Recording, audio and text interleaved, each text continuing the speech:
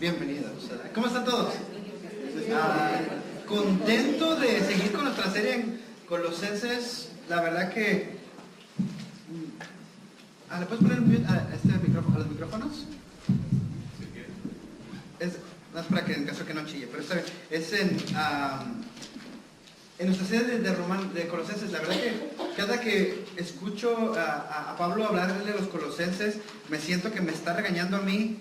Espero que te sientas igual tú, de que te regañe Pablo desde hace 2000 años y que digas, estaba pensando en mí cuando hizo esta carta. Así que acompáñame todos a Colosenses, Colosenses 1. Vamos a leer desde el versículo 3 hasta el versículo 14. ¿Ya vieron sus hojitas de estudio? Parecen más como que examen de preparatoria. Pero así va a ser nuestra serie. Vamos a tener, acuérdense que en la parte de atrás de sus hojitas hay más para que profundicen. Hay preguntas para que las contestes en casa, repases lo que dimos. También nos pueden checar en el Facebook, nos pueden checar en YouTube. Tenemos las clases. Si te perdiste la de la semana pasada, apenas vamos empezando. Así que, ¿me acompañan a leer?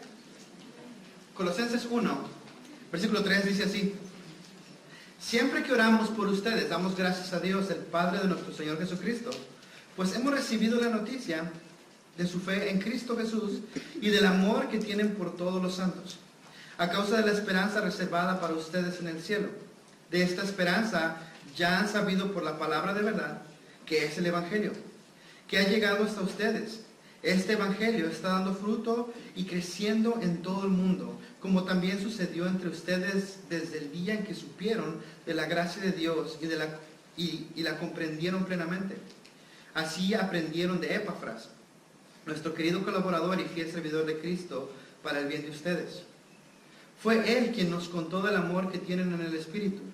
Por eso, desde el día en que lo supimos, no hemos dejado de orar por ustedes.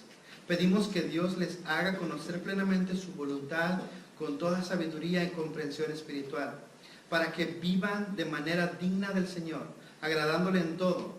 Esto implica dar fruto en toda buena obra, crecer en el conocimiento de Dios y ser fortalecidos en todo sentido con su glorioso poder. Así perseverarán con paciencia en toda situación, dando gracias con alegría al Padre. Él los ha facultado para participar de la herencia de los santos en el reino de la luz. Él nos libró del dominio de la oscuridad y nos trasladó al reino de su amado Hijo, en quien tenemos redención, el perdón de pecados. ¿Oramos? Amado Padre Celestial, gracias te damos por este día. Señor, gracias por tu palabra. Gracias que podemos venir a Colosenses, Señor, y escucharte hablar a nuestras vidas, Señor. Te pido que seas tú, Señor, siempre el que se lleva toda honra y toda gloria, Señor. Pues es tu palabra la que nos habla y solamente somos instrumentos para que tu gloria brille, Señor. Señor, háblanos a nuestros corazones, Señor. Hemos estado pidiendo esta semana que nos hables a nosotros personalmente, para así nosotros, Señor, poder demostrar la luz, Señor, que tú nos has dado. Te pido que bendigas a cada uno de mis hermanitos el día de hoy, Señor. Bendigas este tiempo en el nombre poderoso de tu Hijo amado Cristo Jesús. La semana pasada vimos un poquito de lo que se trataba esta carta. ¿Te acuerdas que vimos acerca de cómo la iglesia de los Colosenses batallaban con dos religiones, se podría decir así? Tenías a los judíos cristianos recién convertidos al cristianismo, que les decían, ¿sabes qué? Tú tienes que guardar la ley de Moisés, circuncidarte, tienes que comer kosher. Esto quiere decir que no comes puerco, que no comes camarones. Imagínate, sin comer camarones. Y los cristianos así de, ¿qué? ¿No puedo tomarme un cóctel de camarones? Y también decían, te tienes que circuncidar, tienes que cortarte el pellejo del prepucio. Imagínate para un cristiano nuevo decir, ¿qué? ¿Tengo que hacer qué?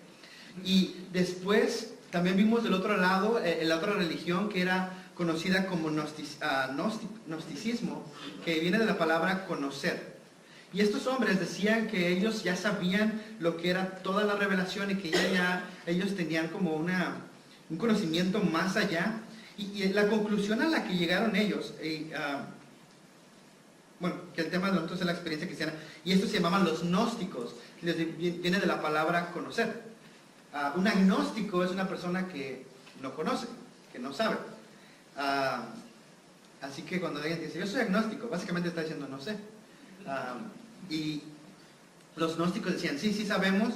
Y a lo que ellos, la conclusión que ellos llegaron fue que la materia era mala y el espíritu era bueno. Y que nosotros éramos espíritus, como dentro de un guante, y que entonces tú podías hacer lo que tú quisieras con tu vida, que no importaba porque lo que ensuciabas era el guante y no el espíritu. Entonces te podías comportar como quisieras, hacer lo que tú quisieras, y realmente le daban vuelo a la hilacha. Ellos hacían de todo lo que ellos querían y decían, bueno, mi espíritu está limpio. Y llega Jesús y dice, no, estás mal, tienes que comportarte de una manera santa. Entonces Pablo está tratando de pelear contra esos dos puntos de vista erróneos y le quiere dar a la iglesia el conocimiento de la verdad. Jesús dijo esto, y conocerán la verdad, y la verdad los hará libres. ¿Sabes? La verdad no es una religión. La verdad no es una filosofía de hombre. La verdad es una persona y se llama Jesucristo. Él dijo, yo soy el camino, la verdad y la vida, y nadie puede llegar al Padre si no es por mí. Pablo nos va a dar un tour por lo que conocemos como la experiencia cristiana. Así que vamos a versículo 3. ¿Qué dice versículo 3? Dice, siempre oramos por ustedes dando gracias al Padre, dando gracias a Dios, el Padre de nuestro Señor Jesucristo. ¿Cada cuándo oraba Pablo? Siempre. Pablo era de esas personas que decía, voy a orar por ti. Y adivina qué hacía. Porque hay veces que nosotros decimos, voy a orar por ti. Y no mentiras, pero se te olvida. Y al rato, y no ore. Pablo cuando decía que oraba, él oraba. Y de hecho casi todas las cartas de Pablo tienen oraciones. Pido al Padre por esto, pido al Padre por esto, pido. De hecho, él nos recomienda en 1 Tesalonicenses 5:17, oren sin cesar. Más adelantito en Colosenses lo vamos a ver, Colosenses 4:2 dice, dedíquense a la oración, perseveren en ella con agradecimiento. En Efesios 6:18 dice, oren en el Espíritu, ¿en qué momento? En todo momento con peticiones y ruegos, manténganse alerta, perseveren ¿en qué? En la oración por todos los santos. Pablo lo hacía. Y finalmente en Filipenses 4:6-7 nos dice, no se inquieten por nada, más bien en toda ocasión, otra vez, en todo tiempo, a todas horas, con oración y ruego, presenten sus peticiones a Dios y denle gracias. Y hay una respuesta después, dice, y la paz de Dios, que sobrepasa todo entendimiento, cuidará sus corazones y sus pensamientos en Cristo Jesús. Mis hermanos, si oráramos como Pablo oraba. Pablo oraba por la iglesia de Cristo, oraba por los enemigos, oraba por los gobernantes, por todo momento, en cada que tenía una chance. Yo creo que me imagino, ahí hay un banco donde me pueda hincar, ahí voy a orar. Ahí hay una almohada donde puedo poner mis rodillas, ahí voy a orar. Y Pablo orando, siempre, siempre. Es muy bonito que esta sección empieza con eso, porque la experiencia cristiana literalmente empieza con eso, con una oración. Una oración donde le decimos a Dios, Dios, te necesito en mi vida, no puedo más solo. Me estoy cansado hasta de vivir, estoy cansado de los problemas en mi matrimonio, en mi trabajo, con mi familia. Te necesito, Dios, no puedo conmigo mismo. Y así empieza nuestra experiencia cristiana, que es el paso número 1, buscar el rostro de Dios. Parece tan sencillo, ¿no? Buscar el rostro de Dios. ¿Qué sería de nosotros si empezáramos a buscar el rostro de Dios todos los días en oración? El salmista decía, de todo corazón busco tu rostro, compadécete de mí conforme a tu promesa. Más adelantito en Colosenses dice acerca de la oración que tenemos que perseverar en ella. Pero va más allá. Pablo recibe noticias, está orando por los de Colosas, pero recibe una noticia. Veamos lo que dice en Colosenses 1:4, dice, pues hemos recibido la noticia de su fe en Cristo Jesús y del amor que tienen por todos los santos. Hay dos cosas que dice aquí, ¿no? Lo primero es recibir la noticia de ¿qué? De su fe en Cristo Jesús. Es el segundo paso de la experiencia cristiana. Primero buscas a Dios con todo tu corazón y después pones tu fe en ¿quién? Pones tu fe en Cristo. Los colosenses escucharon de labios de Epafras que lo que Pablo predicó y ellos pusieron su fe en Cristo. Sabemos en Hebreos 11:1 dice, ahora bien, la fe es la garantía de lo que se espera, la certeza de lo que no se ve. Ahora, todos aquí tenemos fe en algo. Todos. Aunque tú me digas, yo no tengo fe, lo más seguro es que sí. Te voy a poner un ejemplo. Cuando tú llegas a una luz verde y la ves en verde, le pisas. Tienes fe que los que tienen la luz roja se van a parar. No lo sabes. No hay seguridad de que alguien se va a parar, pero tú pisas. Y esa es fe. También muchos de aquí tienen fe en que el chef del restaurante que les gusta no le hace maldad a la comida. Que no lo escupe o que no lo envenena. ¿Qué clase de fe, no? Pero la fe cristiana no es totalmente así. De hecho, Pablo la define un poquito, dice, así que la fe viene como resultado de oír el mensaje, que es la Reina Valera dice, porque la fe viene por el oír y el oír la palabra de Dios. Y la nueva versión dice así que la fe viene como resultado de oír el mensaje y el mensaje que se oye es la palabra de Cristo. La fe en Cristo viene cuando tú escuchas el mensaje de su palabra y al escuchar ese mensaje, entonces tú sientes como que tu corazón te habla, que tu corazón se remuele y dices, Dios me está hablando, y entonces tú decides depositar tu fe en Cristo. Ahora, esa hambre de depositar tu fe en Cristo es un regalo de Dios también, o sea, no fue como que tú decidiste hacerlo.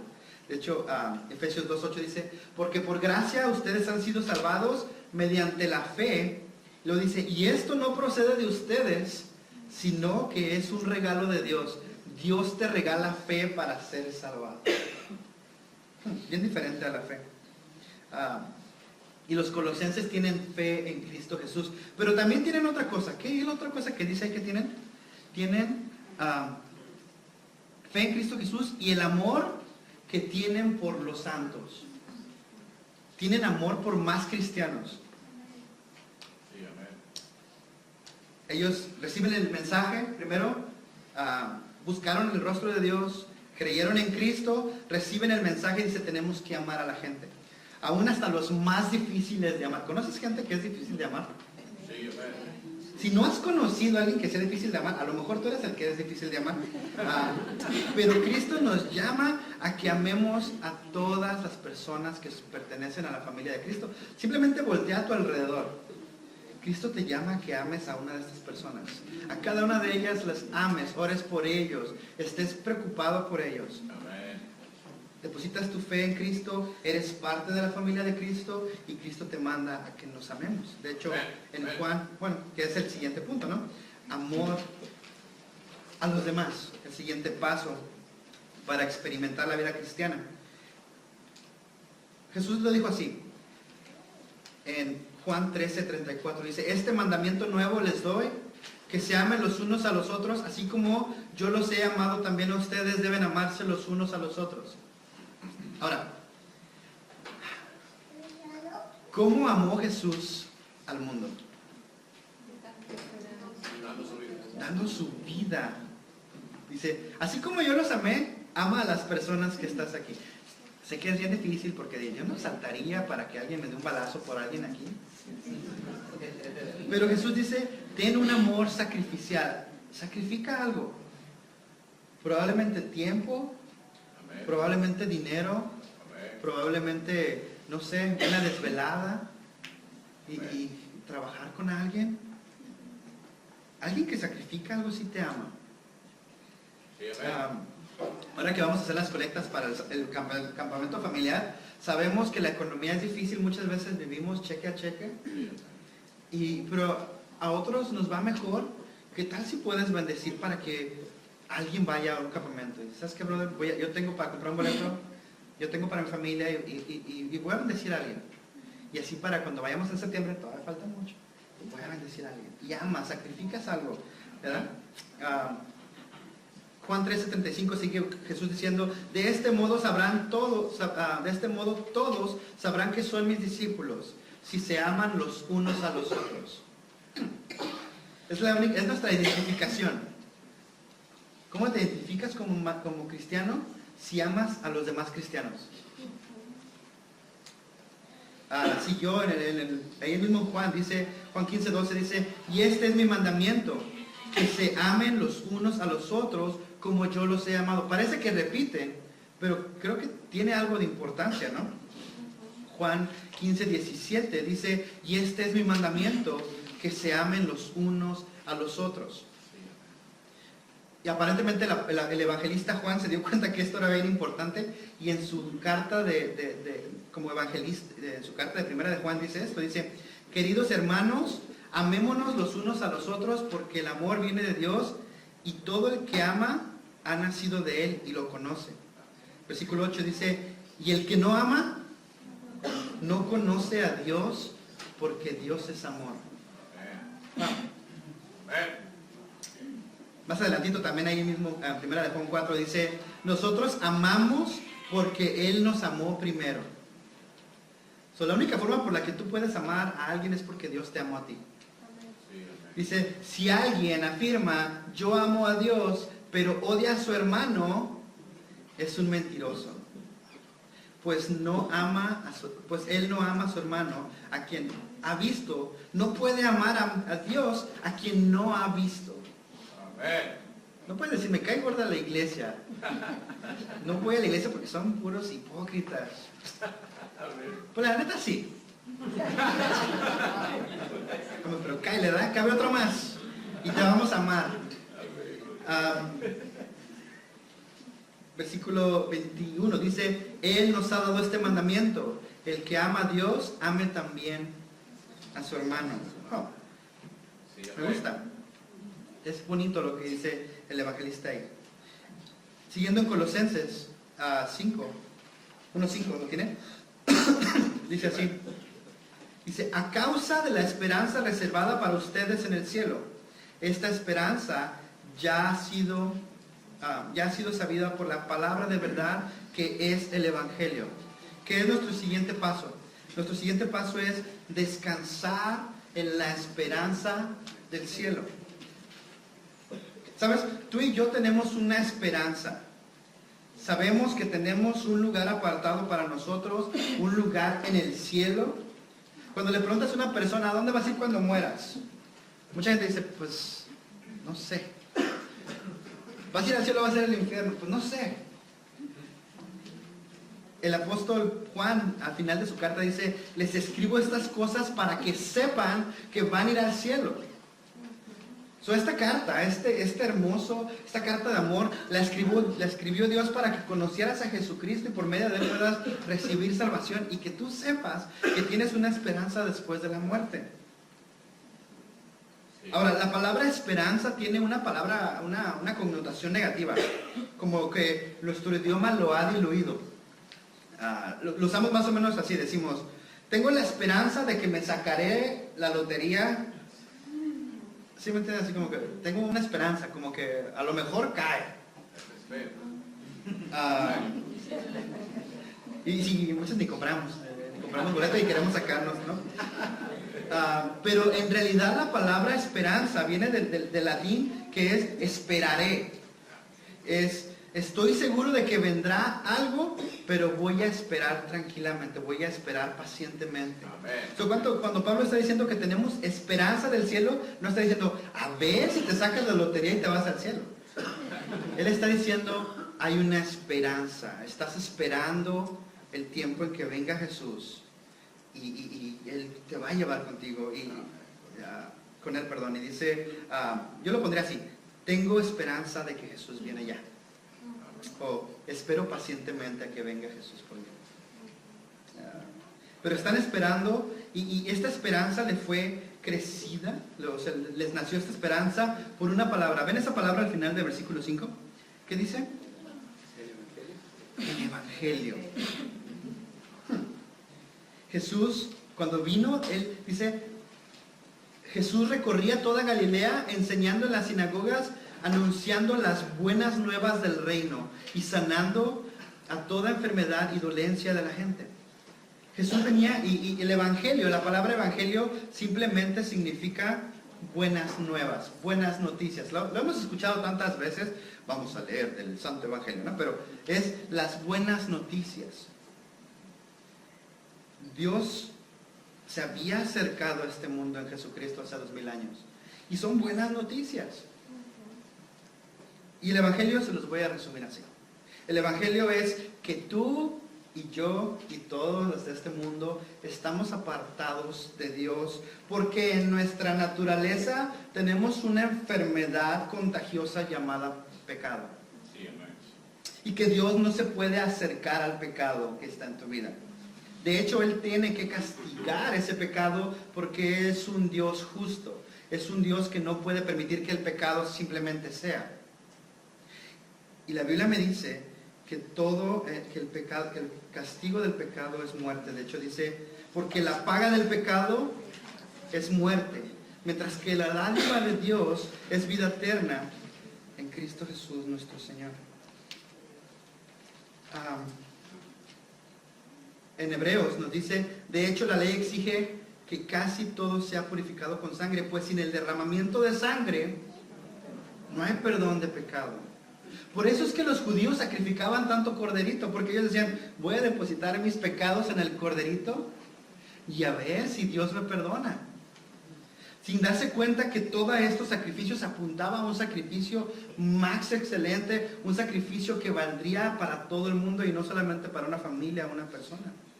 De hecho, hace 2000 años, cuando Jesús pisó esta tierra, iba caminando por el río Jordán y lo ve Juan el Bautista y grita, dice, al día siguiente Juan, aquí el Bautista, no el evangelista, dice, vio a Jesús que se acercaba y dijo, aquí viene el Cordero de Dios que quita el pecado del mundo. Y es que Jesús vino con una misión a este mundo. Él vivió una vida perfecta cumpliendo las exigencias de la ley santa de Dios y fue voluntariamente a la cruz del Calvario. Cristo era Dios encarnado y nadie mejor para pagar tus deudas que Dios mismo. Cuando Él estaba en la cruz, clavado de sus manos, de sus pies, gritó algo muy curioso. Gritó, consumado es.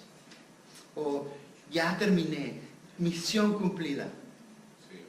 Todo está pagado. Básicamente sería así, si estás tú en corte, porque te llevan, la policía te lleva, pero llega alguien con tu fianza, pagado. Tú estás libre para irte. Y eso fue lo que Jesús hizo en la cruz del Calvario. Él dio el pago por ti para que tú no tengas que pagar por tus pecados. Cristo lo hizo por ti. Primera de Pedro 3:18 dice, porque Cristo murió por los pecados de una vez y para todas y por todas. El justo, ¿quién es el justo? Jesús. Por los injustos, ¿quiénes son los injustos? Aquí estamos los injustos. A fin de llevarlos a ustedes. ¿Quiénes son ustedes? Ustedes. Él sufrió la muerte en su cuerpo, pero el Espíritu lo hizo que volviera a la vida. Y es que realmente no terminó la historia ahí. Ok, murió, qué chido. Pero no solamente murió, el Espíritu lo hizo que volviera a la vida. Al tercer día Jesús resucitó y nos confirmó dos cosas. Primero, que su pago había sido aceptado. Dios aceptó el pago por nuestros pecados. Y segundo, que hay vida después de la muerte. Fuera de eso, no tenemos nadie que nos asegura que hay vida después de la muerte. Él venció la muerte, venció al pecado, y gracias a Él podemos ser libres. Y solamente tú tienes que buscar su rostro, poner tu fe en Él, arrepentirte de tus pecados y confiar en Él como confías en un paracaídas cuando te lo pones antes de saltar.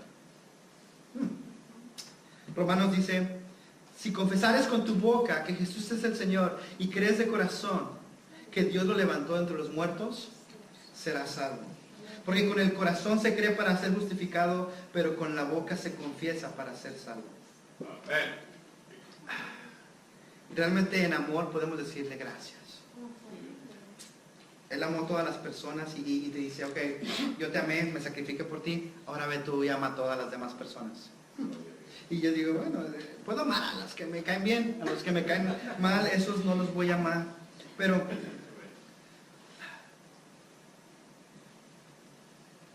después de que tú recibes el perdón, lo que te toca hacer a ti es decirle a la gente, sabes que hay una esperanza.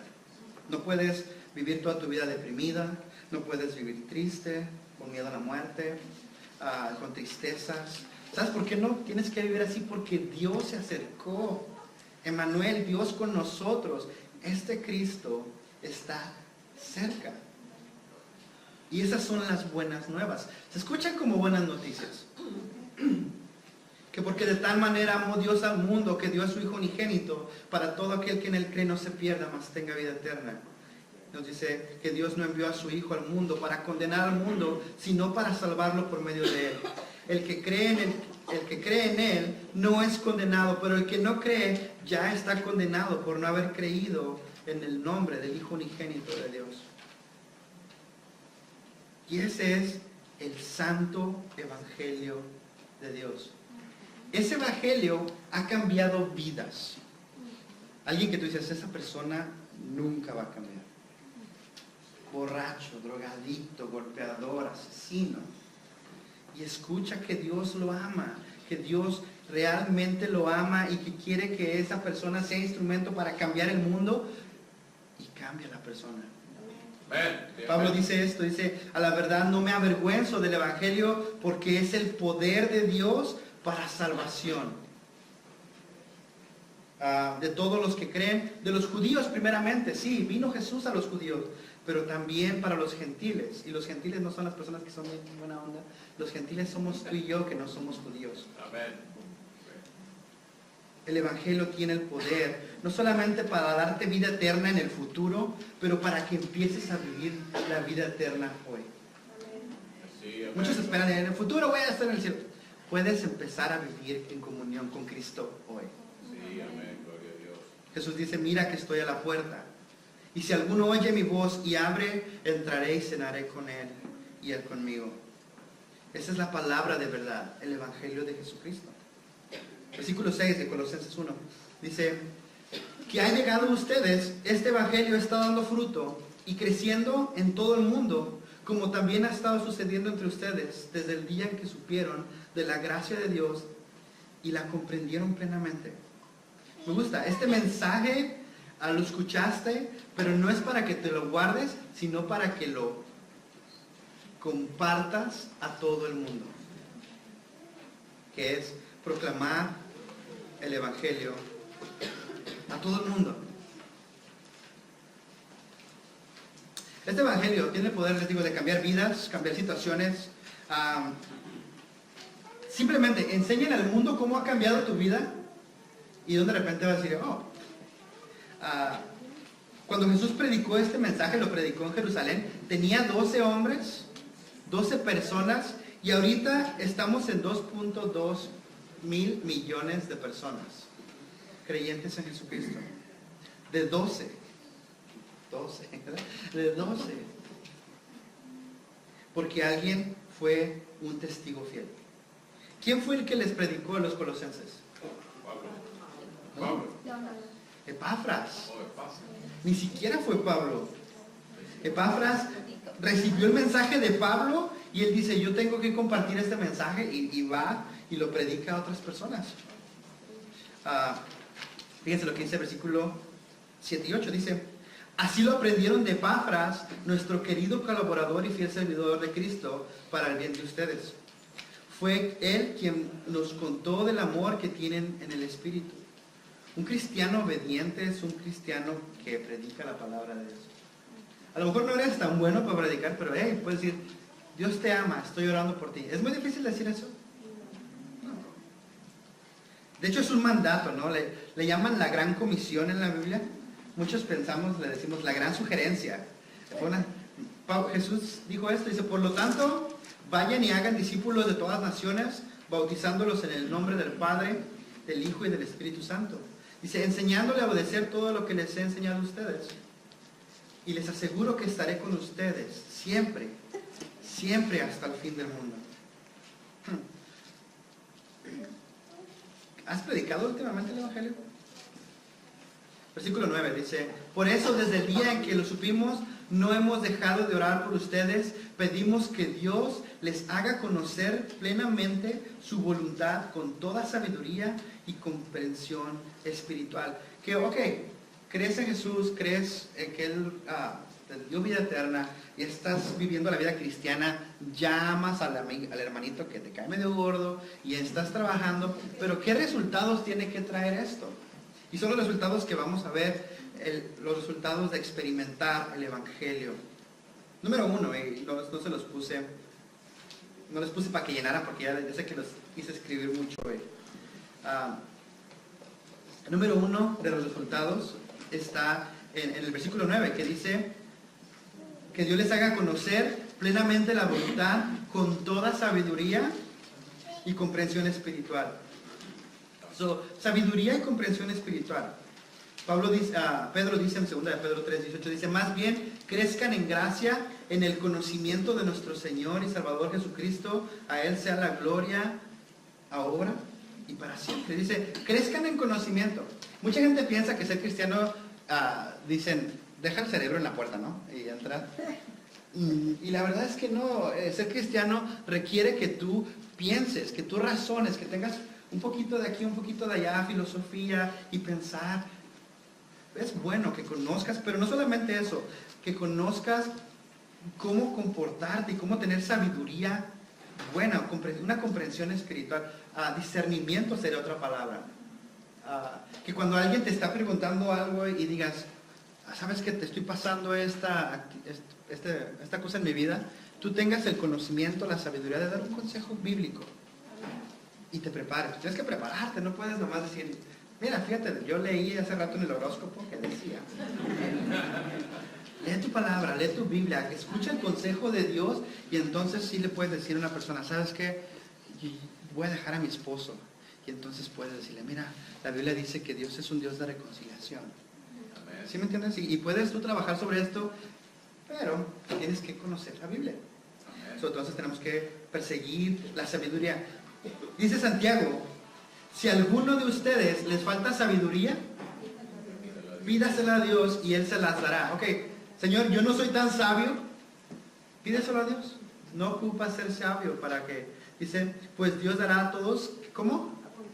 Generosamente, abundantemente, hasta que ya no tengas más sabiduría, ya no te quepa en la cabeza, te va a echar con ganas, sin menospreciar a nadie. Debemos crecer en sabiduría. Pero también tenemos que hacer otra cosa. Versículo 10, ¿qué nos dice? Y no lo puse allá porque se me olvidó. Pero versículo 10 dice, para que vivan de manera digna del Señor, agradándole en todo. Esto implica dar fruto en toda obra y crecer en el conocimiento de Dios. Otra vez crecer, pero que tenemos que vivir de una manera digna.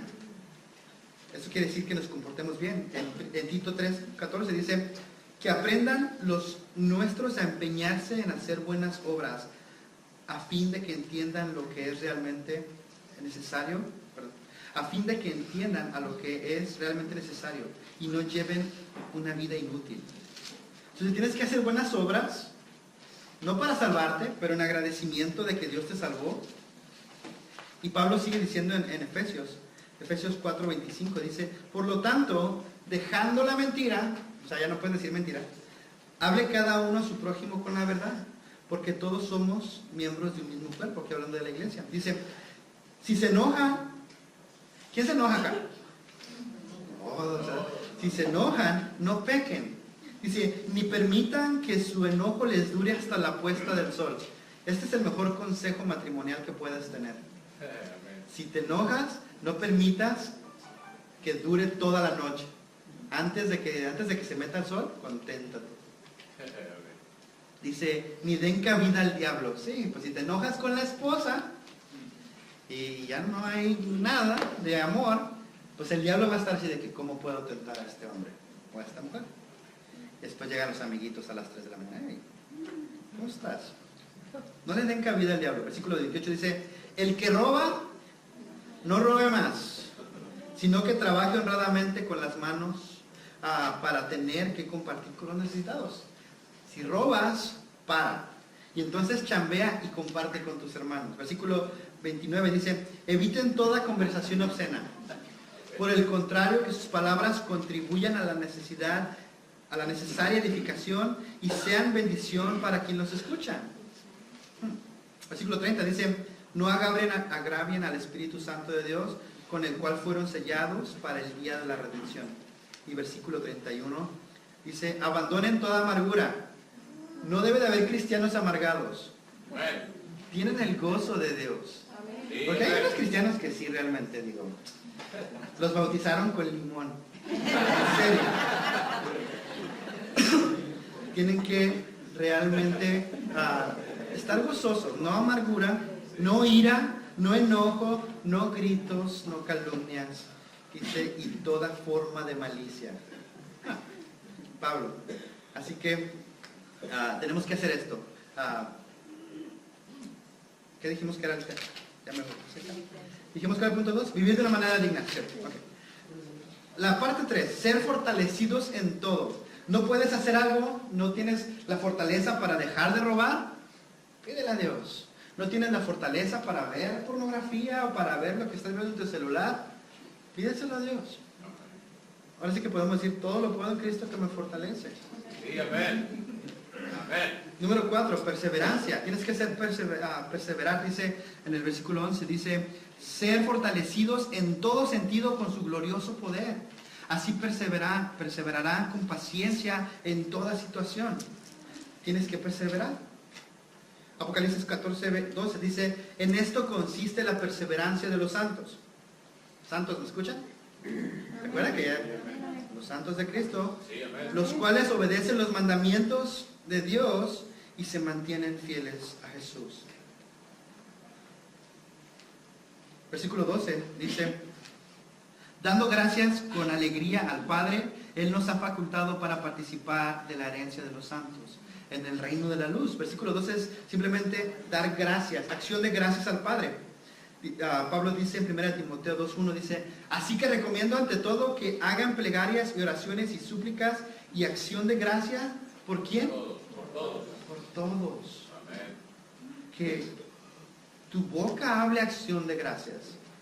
Estamos hablando de la oración y muchas veces literalmente como que hablamos cualquier cosa, pero no damos gracias a Dios por nada.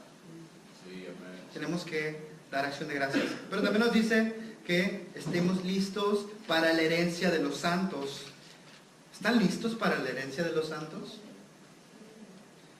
Romanos 8:17 dice, si somos hijos, somos herederos y herederos de Dios, coherederos con Cristo. Dice, pues si ahora sufrimos con Él, también tendremos parte con Él en su gloria. Heredero de Dios. Él te puso en su testamento. Amén. Y, no sé, a mí me emociona decir, Señor, algún día te veré y yo me imagino mi cuarto bien chido. Pero solamente soy yo. Pero me lo imagino así como que y saliendo de ahí a adorar a mi Dios y estar con Él. ¿Estás listo para recibir tu herencia cuando Cristo venga? Gloria a Dios. Segunda de Pedro dice esto. El último punto, que es el punto 6, ¿verdad? Somos libres del dominio de la oscuridad. Fíjate lo que dice el versículo 3. Dice, Él nos libró del dominio de la oscuridad y nos trasladó al reino de su amado Hijo, en quien tenemos redención y perdón de pecados.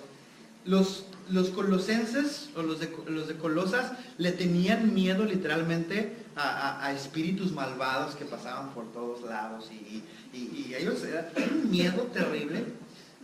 Conozco gente que le tiene miedo a las películas de terror y que no pueden ver la del exorcista porque no duermen en 10 años. Pero el miedo que ellos le tenían era de que todo eran demonios y conozco cristianos así, que en todos lados ven demonios, en todos lados. Pero Jesús realmente nos libró, dice que nos libró del dominio de la oscuridad. Sí, amén. Que el dominio de la oscuridad no tiene control sobre un hijo de Dios. Sí, No amén. tienes que tener miedo de que, Cristo está contigo y es más grande el que está contigo que el que está en el mundo. Sí, amén. Y que no importa, ¿A qué le temas? Dios está contigo. Y Pedro lo pone bien hermoso en 1 de Pedro 2:9, dice, pero ustedes, ¿quiénes son ustedes? La iglesia de Jesucristo son linaje escogido, es un pueblo escogido, real sacerdocio, nación santa, pueblo que pertenece ¿a quién?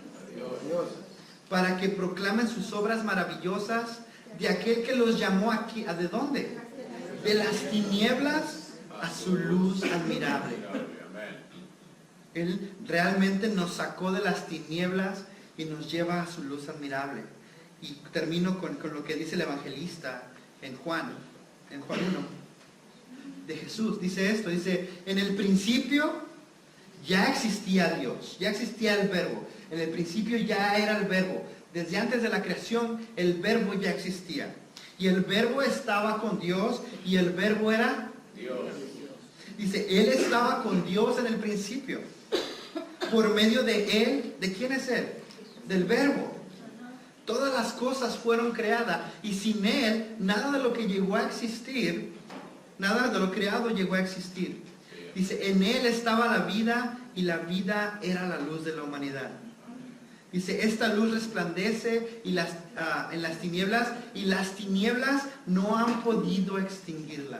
Amén. Imagínate que quieres poner tu canopy y está el sol así, pero ese es nuestro Dios, la oscuridad, no sabes de dónde esconderte de tanta luz y ese es un Cristo. Amén. Y después dice, vino un hombre llamado Juan, Dios lo envió. Dice, como testigo de dar testimonio de la luz. Juan no era la luz, a fin de que por medio de él creyeran. Dice, Juan no era la luz, sino que vino a dar testimonio de la luz. Pero ¿quién es esta luz? Dice, esa luz verdadera, la que alumbra a todo ser humano, venía a este mundo, ok, iba a venir. Dice, y el que era luz ya estaba en el mundo. Ok, ¿venía o ya estaba? Las dos. Vino encarnado, pero él ya existía eternamente. Y el mundo fue creado por medio de él, pero el mundo no lo reconoció. Vino a lo que era suyo, pero los suyos no lo recibieron. Mas a cuantos lo recibieron, a los que creen en su nombre, les dio el derecho de ser llamados hijos de Dios. Estos no nacen de la sangre, ni de los deseos naturales, ni por voluntad humana, sino que nacen de Dios.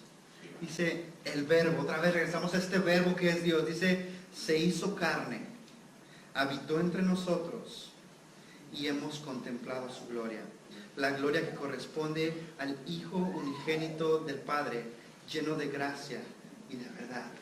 El verbo santo de Dios, la luz del mundo. Y ese verbo te dice, tú tienes que ser la luz del mundo también.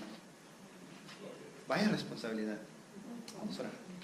Señor, te damos gracias, Padre, porque, Señor, en medio de todo esto que podemos vivir, Señor, tú nos llamas a que seamos luz, Señor, que podamos experimentar tu luz admirable, Señor, que lleguemos a la idea, Señor, que nuestra mente realmente razone de que tú nos amaste de tal manera, Señor, que moriste en la cruz del Calvario.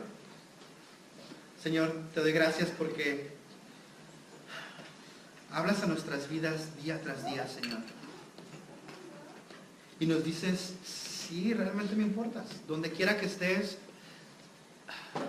en esos momentos de depresión, tristeza, problemas, que te sientes solo, yo estoy ahí y, Señor, gracias por el recordatorio de que nos amaste tanto, Señor, y que sabías que íbamos a estar aquí escuchando tu palabra y escuchándote decir que nos amabas, Papá.